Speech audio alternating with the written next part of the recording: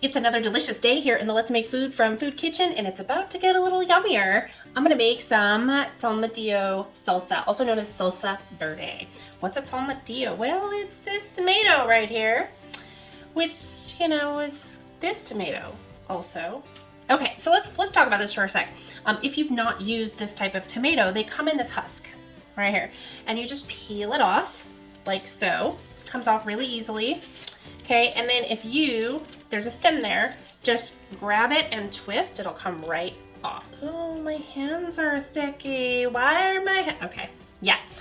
So these particular tomatoes have this kind of a sticky substance, and between that and the husk, it helps keep the insects away. So what you want to do is after you've removed all the husks, you're going to want to go to your sink and run some cold water and just rub it with your hands to get all of that substance off. So I've already done that with these. I'm going to go do that with this, and I will be right back. You'll also notice that that substance gets all over your hands. So I'm just going to dry it a little bit.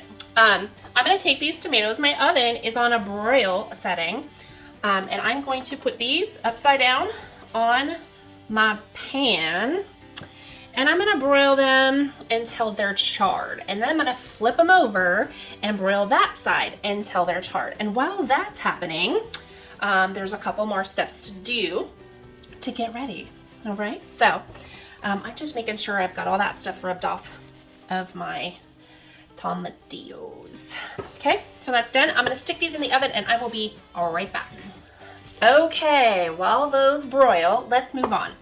I have a half a cup of white onions and I've already chopped them up. What I wanna do is take some cold water, use cold water, and just cover them. And why would we do that? Well, it helps to soften the onions a little bit without actually cooking them. So I'm just gonna set that aside while our tomatoes cook, and that'll be long enough. It doesn't take long. So up next, we'll just talk about the rest of the ingredients. I have some cilantro here. It's about a cup of loose pack.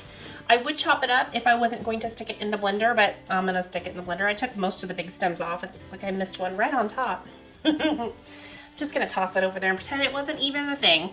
Okay, I've got 4 cloves of garlic, some cumin. It's 1 teaspoon of cumin and 1 tablespoon of my homegrown oregano, and a lime. I'm gonna juice this lime, and I'm not gonna put the whole thing in. I'm gonna put about half of that juice in, taste it, and see if I need to add more, because this will be a good adjusting ingredient. And the same thing with the salt. I've got some pink Himalayan salt here, and I will add a little bit at a time, maybe start with a half a teaspoon and just adjust it until I'm happy with the flavor. Then we let it sit for a half an hour or so for those flavors to meld together like a happy little pot of salsa. Some of the other things that you can add, so I'm not a fan of spicy hot food. I'm just not. If my lips are burning, I'm not happy. I can take a little bite, a little spice, I'll go with a little bit. And I just use more garlic because you can get a little bit of a nice bite out of some fresh garlic that's not cooked. So my garlic kind of serves as my little bit of bite. Now, if you want a spicy salsa, then chop up your chili of choice. You can use jalapeno, you can use ancho chilies, you can use habanero. I mean, how hot do you want it? I don't want it that hot. It's up to you. It really truly is. So if you decide you want to make it spicy, grab 2 or 3 jalapenos or serranos, chop them up, maybe dice them, and just throw them into the blender when you're ready to do everything else. If you don't want them as spicy, take out the seeds. Okay, that's good. I'll toss these out. Check on my tomatillos. Remember, we don't want them to cook all the way through. We just want to char each side. Yep. All right, these are looking good. I'm gonna go ahead and toss them right on into my blender. That one got a little more done, I think. So if there's any juices left in your pan, go ahead and get those juices right on in there. We don't want to lose any of our flavor. Okay, so that's in. Now, what's left? It's kind of a free-for-all. I do need to drain my onions, so I'll do that here in a sec. I'm gonna go ahead and toss everything in here in my blender with my tomatoes. There we go, cumin, oregano, oop, missed some cumin. And you can always adjust these flavors to your preference too.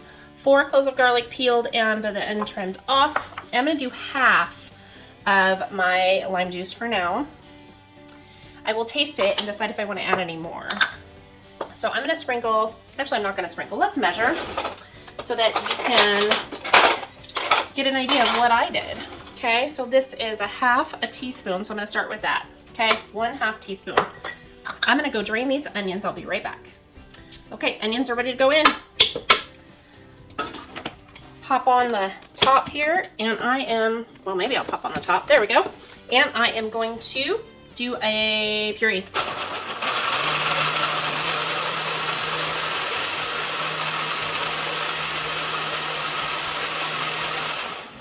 Now, ooh, hot. Okay. I just want to give it a little taste. I'm gonna blow on it since it's hot.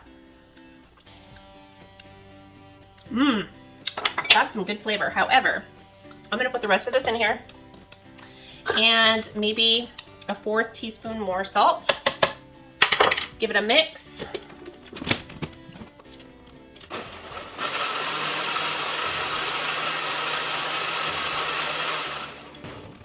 And give it another try. A clean spoon, because I probably won't be the only one eating this and they don't want my germs. I guess I understand.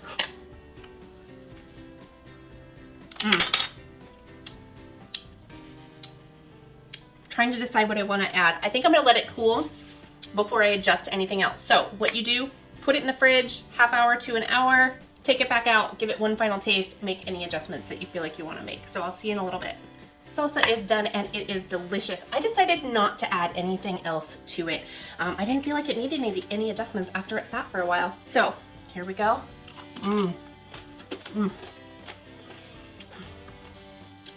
Combined with these homemade blue corn tortilla chips, this is a meal right here.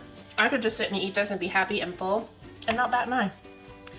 Thanks for joining me here today in the Let's Make Food from Food kitchen. From my kitchen to yours, let's make food from food. That's one boy.